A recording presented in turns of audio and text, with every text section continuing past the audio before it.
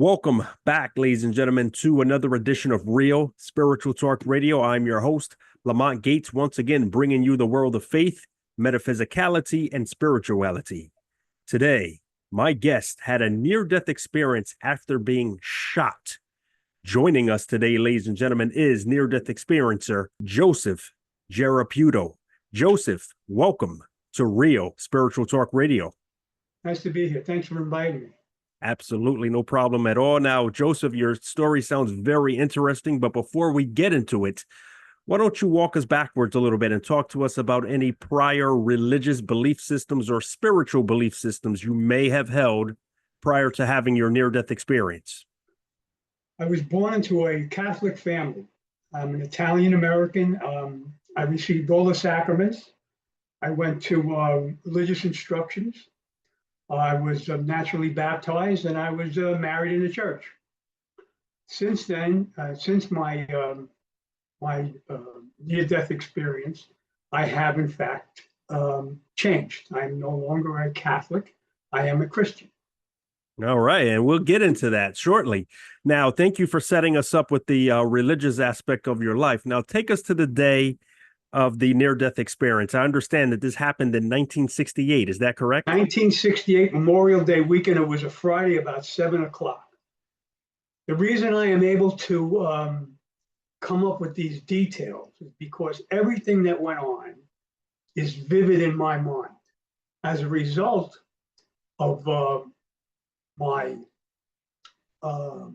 they say that you go before judgment.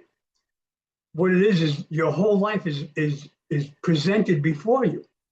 And what this has done to me is, since I had to recall, or not had to, but did, with the power of whomever I was speaking to, brought up such recall after I was put back into my body, per se, I now have, as a result of, a tremendous recall for everything. So on the day of, it was a Friday, Memorial Day weekend. I was an insurance agent working in the worst neighborhood in Brooklyn and Queens. But because of my gregarious personality, I was accepted into the neighborhood.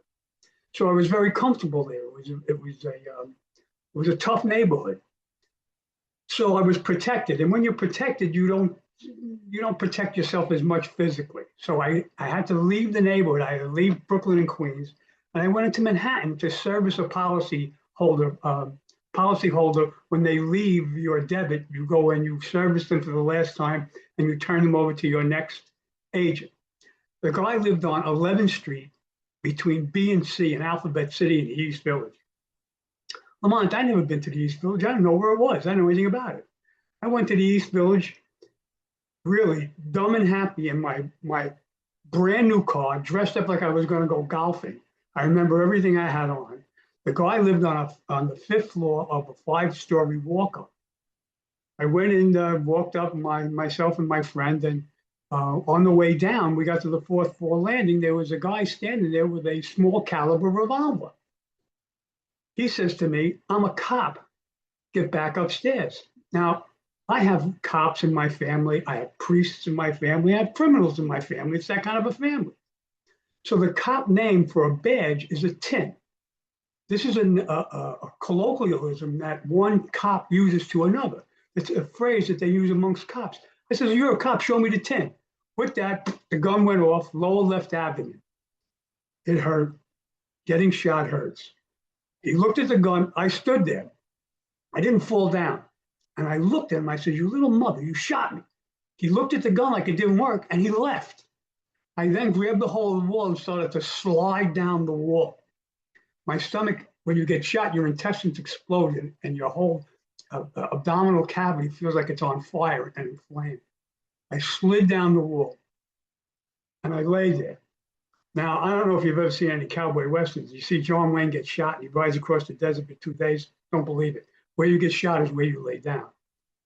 The emergency services, police showed up on the 4th floor of this walk-up. They put me in a stretcher. They carried me downstairs and I went to Bellevue Hospital, in and out of consciousness.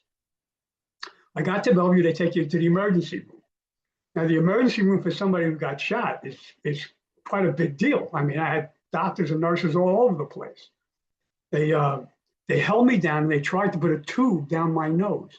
The tube was put down your nose through your esophagus to stop the actions of your small intestine. But I wasn't going for this. To me, they were like choking me. I was in real good shape when this happened to me. I was a fitness swimmer. I swam in college for 2 years. I was an all-city swimmer in high school. I swam at 5. I started swimming at 5 years old, and I was in excellent shape, physically excellent shape. So this nurse comes along and tries to put this tube down my nose, and she's choking me, and I'm gagging. So I tried to push her away. I couldn't push her away. She was stronger than me. So if I figured I couldn't push her, what's the next best thing to do? I pulled her. When I pulled her, she pushed and I let go. She went flying across the room. Next thing I know, 5 people grabbed me and cut my clothes off with razors. Now I'm gagging and choking. They're looking for an exit wound because when you get shot, naturally the bullet goes in, the bullet's got to come out. No exit wound. They asked me to wiggle my knees, wiggle my toes, flex my glutes. They're looking for an exit wound. There is none. That's where you saw that photo because the bullet is still in my spine. It's in L3. When it went in, it exploded my intestines, but it missed everything else. My heart, aorta, my lungs, it just exploded the intestines except for one minor item, which is a tube that drains your kidneys into your bladder. It's called the uterus, I believe. And this got nicked. Later on in the story become important. So they couldn't find the exit wound. Meanwhile, now, in the process of dying, I no longer became verbal. They shook me and they moved me. And I looked at them and I said, I'm a Catholic. I'm dying. Get me a priest. Shortly thereafter, very few minutes, a priest showed up and he held my hand and he said, son, are you sorry for your sins? And the only thing I could do was squeeze his hand. Because at that moment, as bad as I was, or as stupid as I was sorry. I was sorry for my sins. There are no atheists in foxholes. Okay. Now I'm prepared and I'm going to the operating room. A resident, I don't know if you know about Bellevue Hospital, but it's huge. It's a huge complex. A resident is pushing my gurney down to the elevators to take me to the operating room. And the resident says to the intern, look at this guy. This is what a man looks like when he's dying. And to the operating room we went. And now the story really gets interesting. Vermont, you're sitting there looking at me and I'm looking at you. But believe me when I tell you something, you know right where the end of your big toe is on your left foot, don't you? There is an energy, if you better believe it, there is an energy that flows through our body. This is our spirit or our soul. When they talk about a near-death experience, we are no longer talking about the physical body. I just read something, a guy said something about a pituitary gland and we're having hallucinations.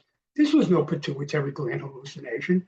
I felt my energy recede from the extremities of my body, my toes up my legs, my fingers up my arm, my head down to my neck, and I felt it go to the center of my body where it joined and left. It started to ascend from my shell, my physical self. As my spirit left my body, I turned and I looked down at the guy or the person or the thing that was laying on that table. I saw the clock on the wall, the tile on the wall, the people that were around me, the bucket that they were throwing parts of my body in because evidently that had cut out some of my intestines. And Lamont, I rose through the building. My spirit rose through the building. I came out and you could say I went to the light, but what I saw is I saw lights in the distance, other lights, and they were all going to the same place. They were all going up. I read a lot in that website about near-death experience, and I see people describing what they're describing in those words. And let me tell you something. I'm an old man, and I think about this a lot because it's become a part of myself. They can't describe what I saw. They can't describe to anyone in writing what I feel. Why? Simple. We are using earthly words to describe something that is not of this earth. when they say I saw these beautiful colors, you're talking about colors that you and I see as colors or as people see as colors, but they weren't those colors. They were not earthly colors. Okay, it's beautiful. I'm surrounded by love. Okay, people say you're surrounded by love, but it's not just love, it's the force of all love that you feel. I firmly believe that our Father in heaven loves us. He does. We're his children, and he loves us. He wants the best for us. I felt that love. I also felt afraid, embarrassed, ashamed, because now I'm going through my life's review, which is, believe me, not the best. I mean, they weren't ready to pin any medals on me, that's for sure. I've done things that, I mean, they weren't capital crimes, but they were things that a normal person who was looking to take care of the rest of humanity, his fellow man, would do. And I was embarrassed. I was ashamed. I was sorry. And I thought to myself in that minute, while this voice, who was obviously the voice of authority, who was questioning me and showing me and explaining to me, I didn't want to go through this again. I knew that I wanted to change. I could change. I will change. I did change because my next life's review, which is coming right up probably, is not going to be like my first one. It's going to be much better because when I came back, I changed. I changed my life from being a spoiled brat, half a thief, half a wise guy, whatever, a con artist, a con man, nothing to be proud of. I changed. I was no longer an insurance agent. I got into a completely different field. I used my swimming experience to drown-proof babies. I taught the blind to swim. I got a job working with the disabled. I became the transportation coordinator of Nassau County's Able Ride system, transporting a customer base of 8,000 people. I was there. I was the chief coordinator of Nassau County. The problem with all of this, or the good part of all this, is now I have an unbelievable recall, an unbelievable memory. Everything that I did, good and bad. But you know something? As good as things were, and as good as things as I've done, a lot of things that haunt me are the bad things. And I don't want to repeat any of that stuff. The voice that I heard, you never see God. It's written that you do not behold the face. Man does not behold the face of God. That's written in the Gospel of St. John. Also in that movie, The Ten Commandments, Moses saw a burning bush. He never saw the face of God. I heard the voice. I knew who it was. I felt love. I did. I felt an all-encompassing companionship of love. I didn't see any of my relatives. People say they see their relatives, they see their this, and they see their that. They didn't. I didn't see any of my relatives. I was in a coma for 6 days, and I woke up in the recovery room, which is different than the ICU. Of course, you know that. The recovery room is where they put you after you come out of the OR, after you come out of the operating room. And they have not as yet determined that you're going to live or die. Because if they put you in the intensive care, there's more paperwork if you die. So I kept waking up in the recovery room. 6 days I was there. Every time I opened my eyes, the scenery changed. People came in, people went out, and I'd look over and see somebody, and woke up later on. I'd look over and see somebody else. What happened to that guy? Oh, he didn't make it. What happened to that guy? Oh, he did make it. I was in Bellevue for 3 months. The reason I was in Bellevue for 3 months is that bullet that clipped the utero. They put medical terms, they put a Foley in past your bladder before your kidney, because what comes out of your kidney is urine. It's toxic. The bladder holds it. What happened was the bullet clipped the utero and they stitched it up. They sutured it. When they took out the Foley, the suture started to scar. The scarring closed the tube. The tube no longer drained into the kidney, but the urine drained into the bladder. The urine went back into the kidney and became toxic. My kidney started to swell. So the first operation to save my life was 8 hours. 4 weeks later, they went back in, and man, it hurt. They went back in and did the same operation, this time mobilizing the kidney past the stricture point and reattaching it to wherever it gets attached to in your body. The thing is, they never did this operation before. This was a first. So they didn't want to let me leave. They kept me there. They kept me there a lot longer than they had to. It wasn't that bad. 3 months in Bellevue.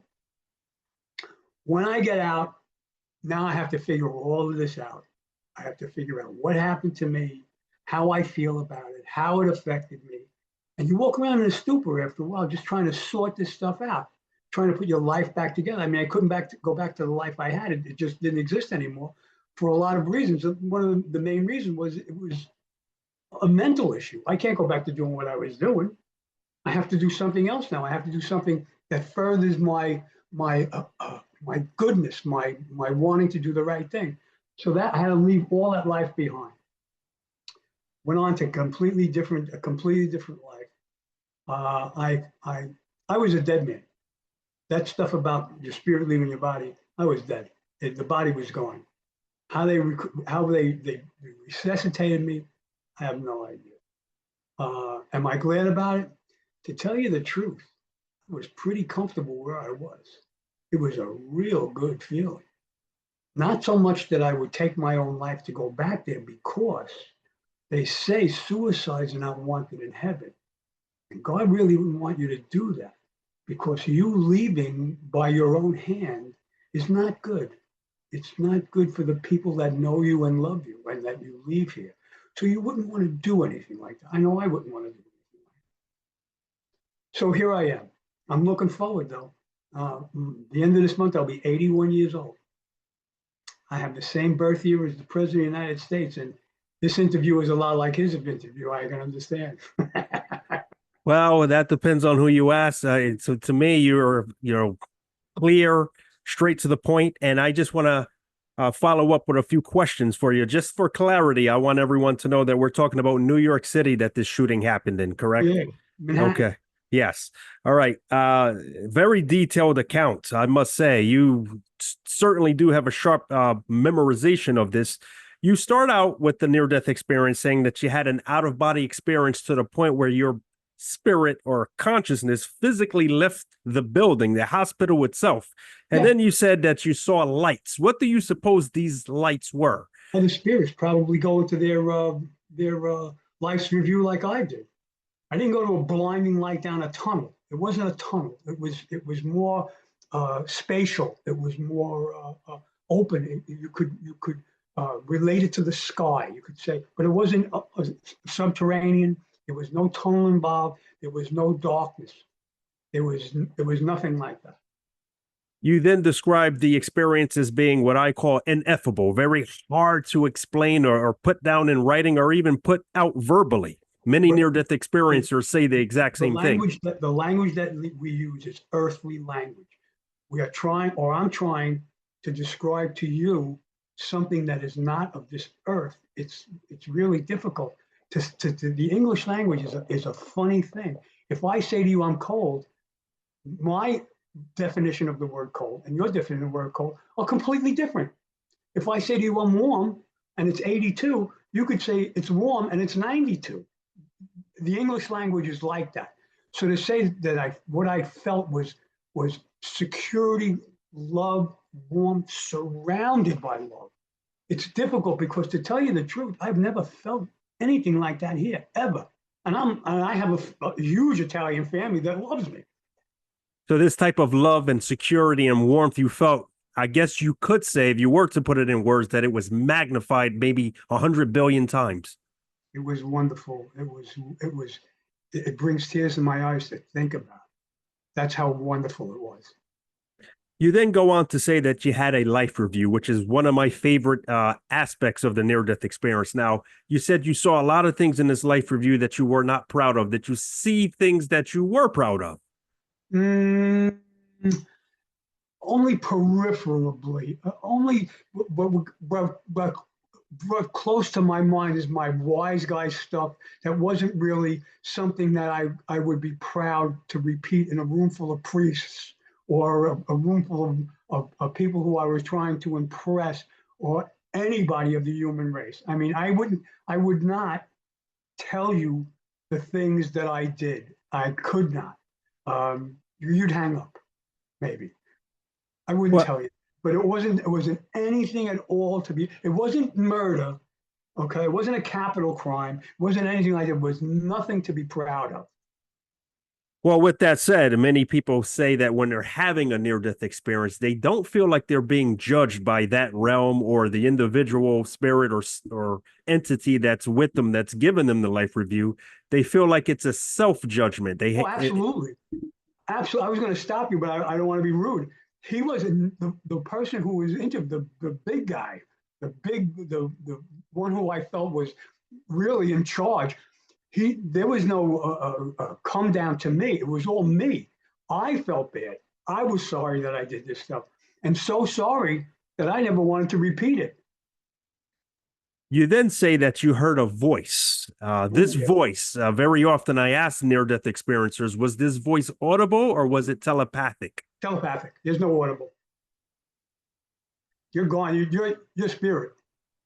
You then say that you believe that the voice was God.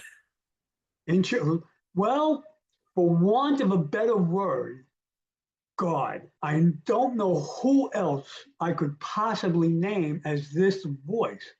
There was no one that I could name as this voice, mostly for the way it made me feel. It didn't make me feel bad. It made me feel more than a father, more than a grandfather that was giving me money, stuff like that. It was much more than that. What was the contrast like coming back into your body or waking up from this coma after feeling this blissful experience you just had? I wasn't aware of it. I was not aware of it at all. It had to come. It had to come rolling in like the tide. It wasn't there when I woke up. Now, with that said, many near-death experiencers, and you did talk about a lot of your after effects already. I just want to just go over them again. Many near-death experiencers say that when they return from a near-death experience, typically they are not the same. They may have a high level of empathy. They may lack the fear of death. Some of them come back with precognition, premonitions. They may change vocations.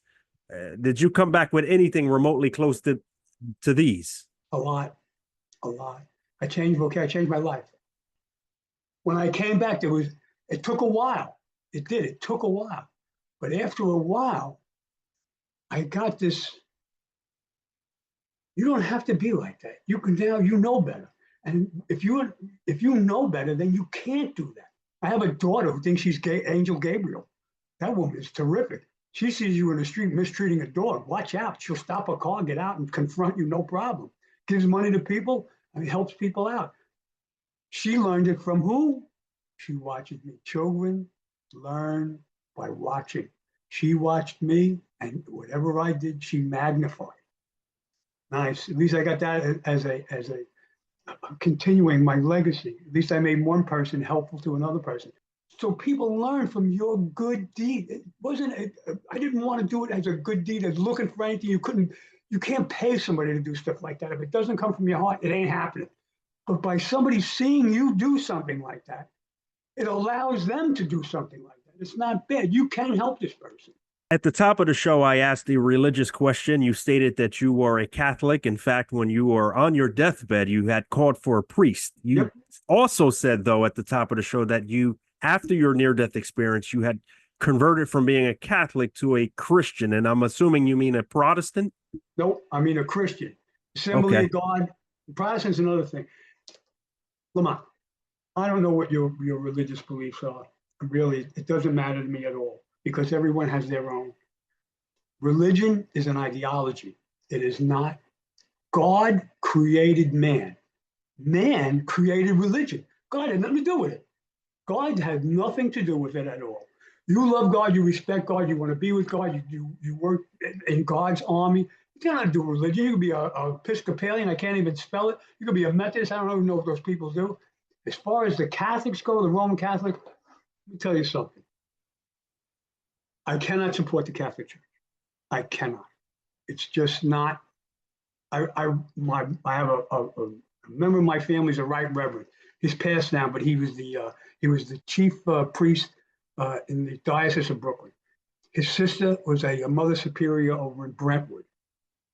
These people, I mean, you can't get any more religious than this.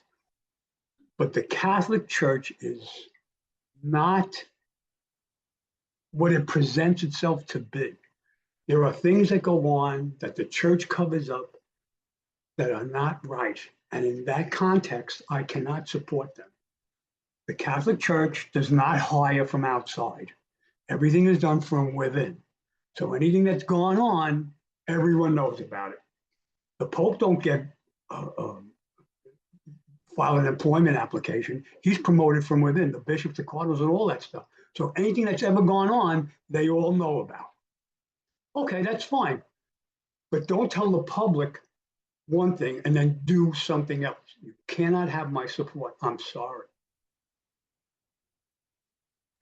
Yeah, so this seems to have changed you socially, religiously, and more importantly, spiritually. Oh, yeah. Well, spiritually, yeah. But I mean, I go praise God. I get to the church. I go there and I just have a great grand time. I don't know if you've gone to the Assembly of God, but it's a very joyous meeting. You sing, you clap, you stand, you sit. They even went to one place where they gave you breakfast. They gave you bagels and coffee, which was great. And you go there, it's a happy time. The Catholic with the incense and the chanting and guys saying stuff I can't understand, and I can't go through any of that. And besides that, I mean, they say the church says you don't eat meat on Friday, right? Those nuns will eat meat on Friday, and they'll tell you in your face that they will. Priests don't drink. Come on, I don't begrudge them anything. I just can't support them, and I don't talk bad about them to anybody. Like with you, I gave you a generalization, nothing specific. You draw your own conclusions because I cannot draw conclusions for you. I only draw conclusions for me. Absolutely fascinating. Well, once again, Joseph, thank you for coming on Real Spiritual Talk Radio and sharing with us that absolutely fascinating account. Thanks for having me, Lamar. I appreciate it. Ladies and gentlemen, Joseph Giarraputo. Bye.